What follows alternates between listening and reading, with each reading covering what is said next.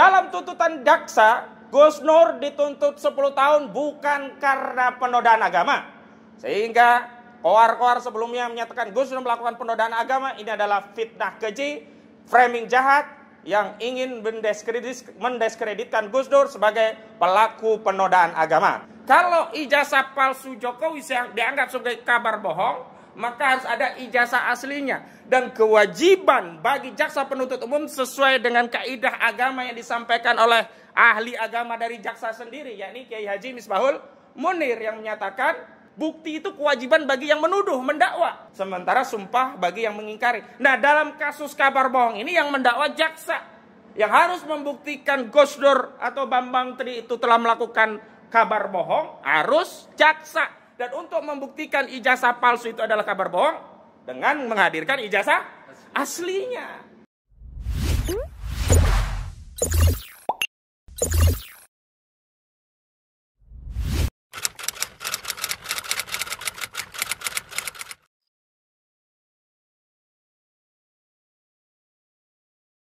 Bismillahirrahmanirrahim. Assalamualaikum warahmatullahi wabarakatuh.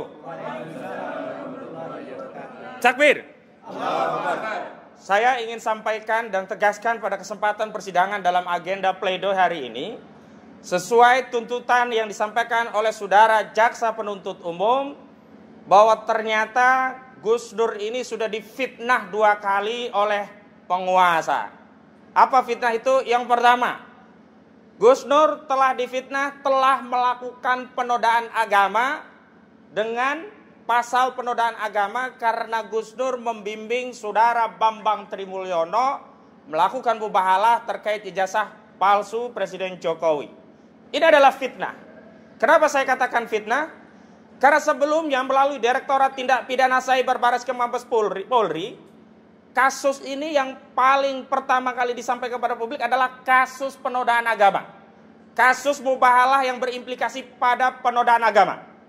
Sementara mustahil sekali seorang yang berakidah Islam, mengimani ajaran Islam, mempraktikkan mubahalah, kok dituduh menodai agama.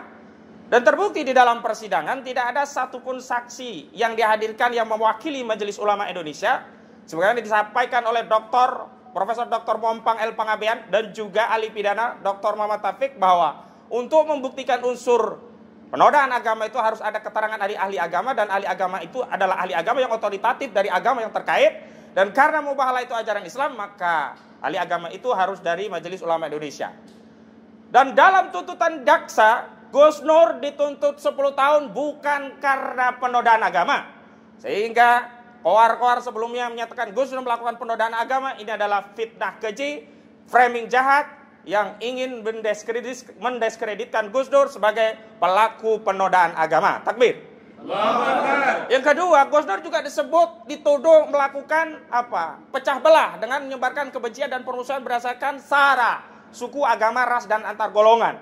Berdasarkan ketentuan pasal 28 ayat 2 junto pasal 45 ayat 2, di mana ancaman pidananya 6 tahun penjara. Tapi nyatanya jaksa tidak menuntut berdasarkan pasal ITE, pasal penyebaran kebencian dan permusuhan berdasarkan suku, agama, ras, dan antar golongan. Ini lagi-lagi membuktikan bahwa tuduhan kepada Gus Dur yang sebelumnya dianggap menyebarkan kebencian, permusuhan, dan sara adalah fitnah. Faktanya tidak terbukti dan jaksa hanya bukan menuntut 10 tahun penjara berdasarkan pasal ini, tetapi jaksa menuntut dengan pasal kabar bohong. Yang ketiga, pasal kabar bohong ini pun adalah pasal yang sangat-sangat dipaksakan. Kenapa? Ketika Bambang Trimulyono menulis buku Jokowi Undercover yang bertema lelaki berijazah palsu, di sana diterangkan bahwa khususnya ijazah SMA Joko Widodo adalah palsu. Ya, data-datanya diambil dari Joko Wahyudi, dan kemudian SD SMP-nya sekuelnya disesuaikan, dan S1-nya menurut Bambang Trimulyono tidak pernah kuliah di UGM sehingga tidak memiliki ijazah S1 UGM. Itu dianggap sebagai berita bohong. Jadi ijazah palsu dianggap sebagai berita bohong. Padahal sampai pembuktian terakhir dan hingga pledoi ini akan dibacakan, hari ini pembacaan pledoi, tidak pernah dihadirkan 1 lembar pun ijazah asli dari saudara Joko Widodo. Apakah itu ijazah SD, SMP, SMA, juga S1-nya.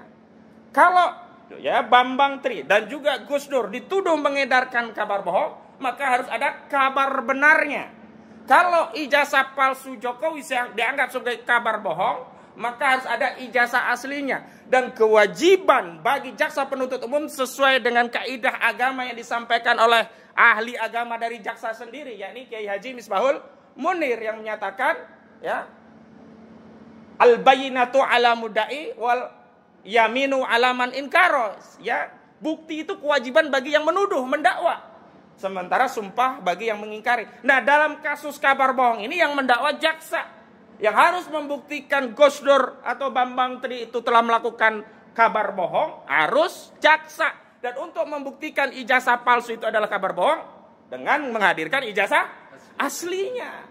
Dan sampai hari ini tidak ada ijazah aslinya di pengadilan. Tidak ada. Yang ada hanya keterangan temennya pernah mancing bareng, pernah ngopi bareng. Gurunya, dia itu katanya smart, tapi yang lain mengatakan juga nggak pintar-pintar amat. Yang satu mengatakan ranking satu terus, yang lain biasa-biasa saja. Semua saksi-saksi pun saling bertentangan. Tetapi yang paling penting tidak ada satupun saksi yang melihat langsung ijazah Jokowi. Dan yang paling penting tidak pernah dihadirkan ijazah itu meskipun hanya selembar. Sehingga dengan demikian ujaran kabar bohong ini pun sebenarnya tidak terbukti. Karena kabar benernya tidak pernah ada, ijazah aslinya tidak pernah dihadirkan di persidangan. Karena itu dengan dalih apapun sebenarnya, ya, Bambang Trimulyono termasuk juga Gus Dur yang hari ini didakwa oleh jaksa penuntut umum dengan 10 tahun penjara semestinya harus divonis bebas atau setidak-tidaknya divonis lepas.